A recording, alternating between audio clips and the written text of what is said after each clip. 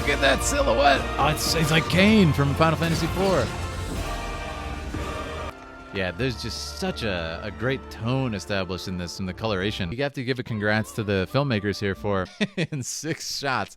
It's like an entire story told. Is literally the logo of Final Fantasy IV. He's looking upward. He's looking heavensward. He has to climb to a higher power and kind of claim it for himself. It's very somber as he kind of is leaving the past behind. He sets aside his old arms, opens the window to new possibilities. It's all very symbolic.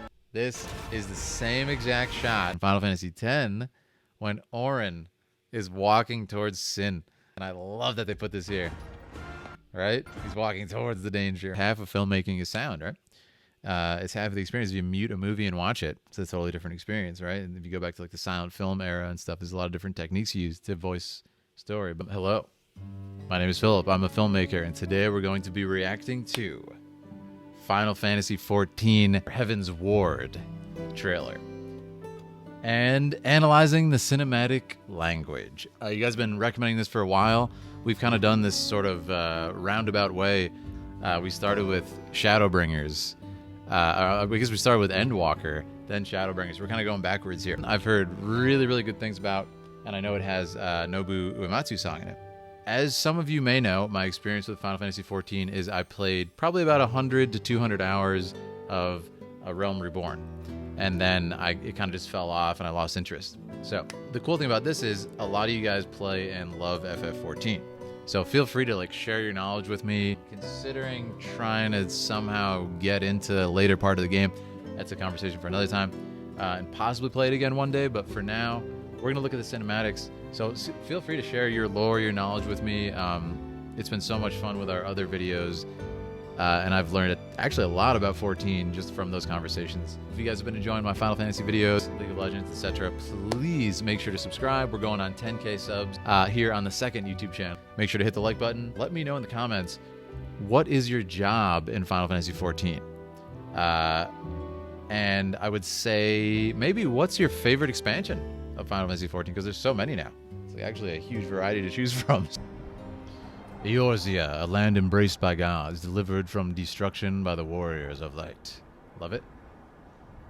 Setting the stage. However, using text here, it seems they're using voiceovers in the recent ones, so this might be like an evolution. Fate has cast down these heroes, and their light now threatens to fade. Damn. Sad.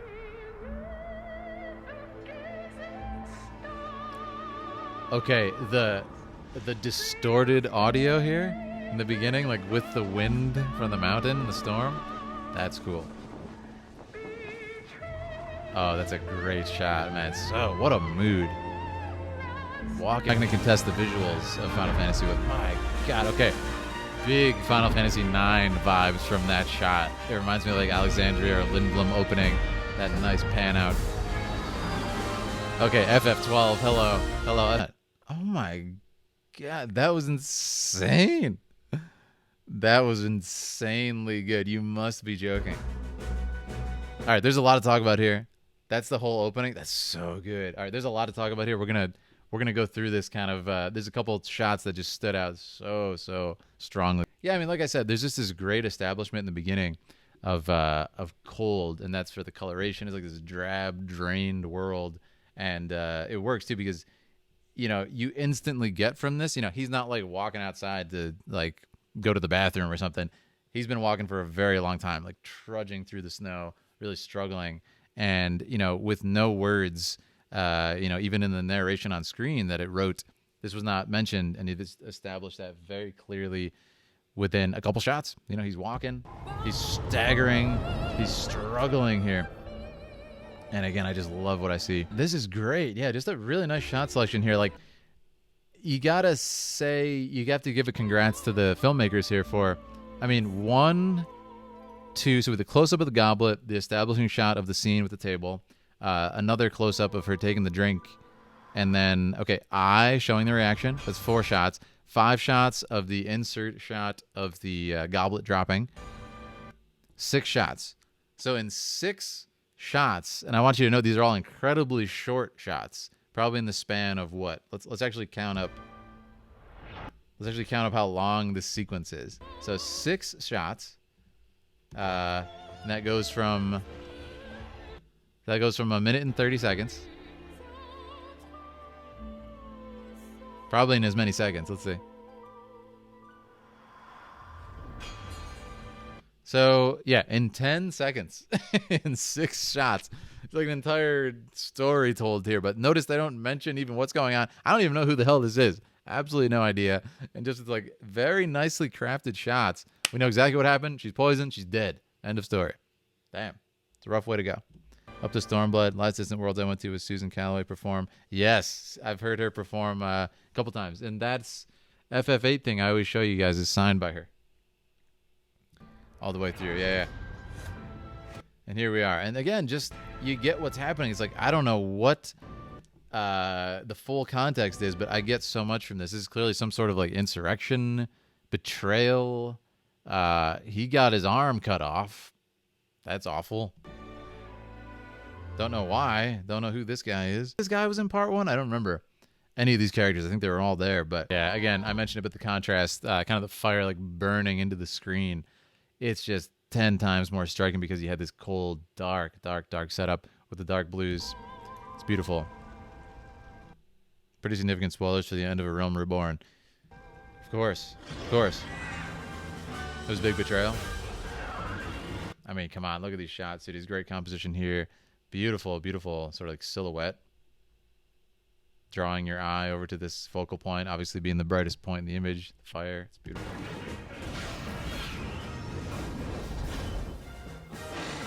Burns away the cloak. That's just awesome. So I guess it's kind of cool because it's kind of like I said in the League of Legends videos. What I like about this is it's telling a story, right? And not so many words. It's telling an entire story. Even if you don't know Final Fantasy at all. So, okay, this guy right now is trying to fight. He's trying to battle this dragon. In his like current state, he is not able to even damage this dragon. But what happens is we have this just attack rain from the heavens. And if we were to pause play through this, let's go frame by frame. Notice we have a dragoon raining down from the heavens and attacking this dragon. You can see him on his back there if we pause play. Awesome.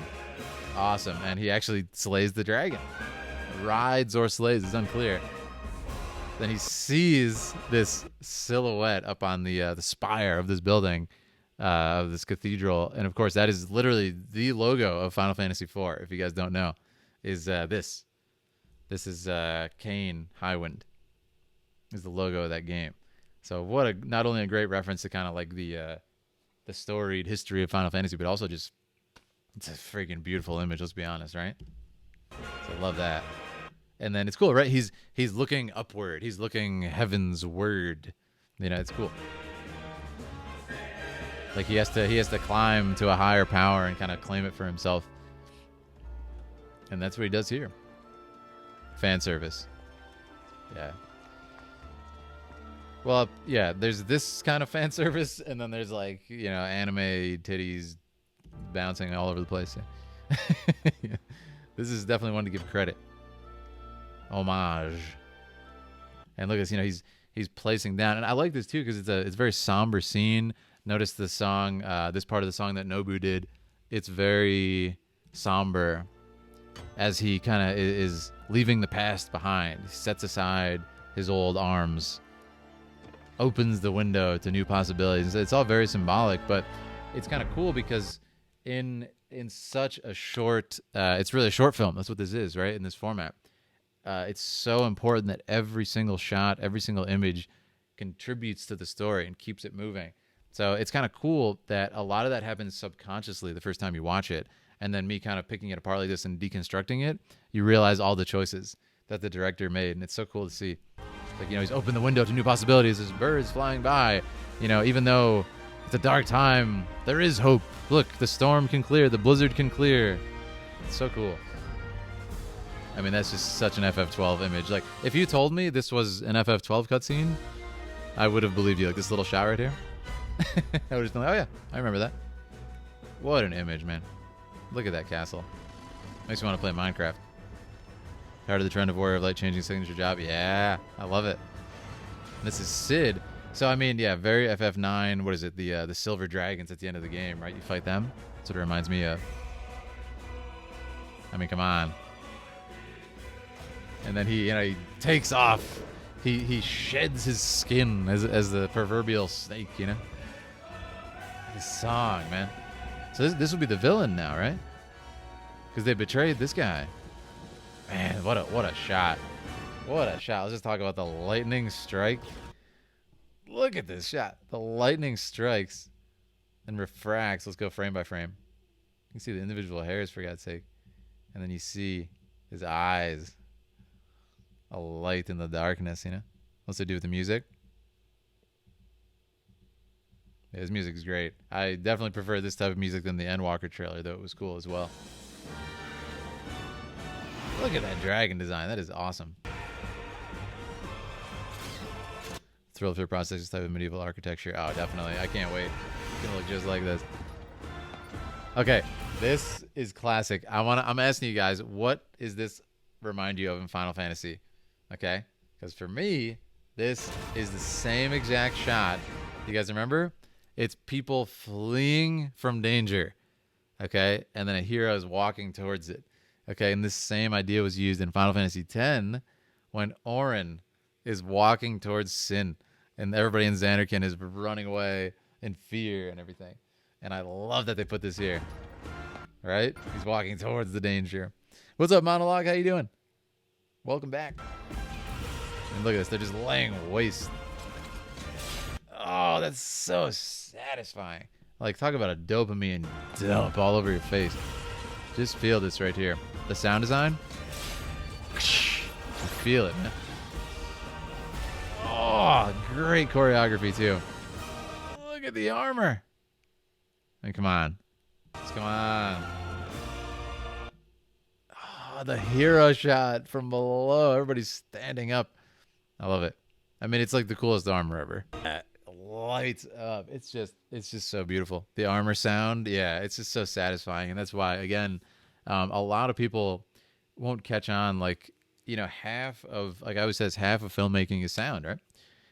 It's half of the experience. If you mute a movie and watch it, it's a totally different experience, right? And if you go back to like the silent film era and stuff, there's a lot of different techniques used to voice story. But in this case, we have this, very satisfying sound design, which is very invisible unless you look for it. But man, you can see if you really kind of pay attention, just appreciate the amount of work they did, both with like Foley, which would be like people walking and moving around and stuff. But then these like, big bombastic sounds that are contributing to the fight scenes and everything. It's fantastic. And it goes to the music as well. It seems almost Dragonian, right? Oh, that is such a good shot. I really want to look at this frame by frame. So he goes, like the camera move here is impossible. And it's just a clever edit. But look at this. So this is theoretically speaking one shot. Not really possible, but the camera zooms in and then completely does like a 360 around him at like Mach 3, and then a close up on the lance. I mean, it never disappoints, man.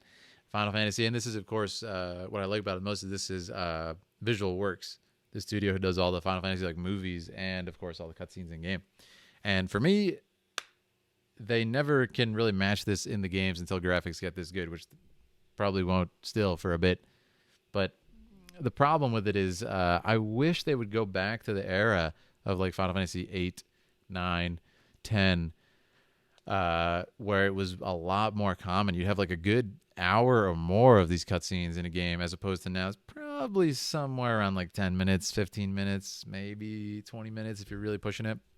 If you look at FF7 Remake, there's such powerful scenes, and I wish they would kind of take advantage of the technology and the filmmaking a little more, because it does feel a lot like a movie when they do that. But it still is fantastic. The scenes we do get, like the plate drop in FF7 Remake, the opening, the closing, they are there.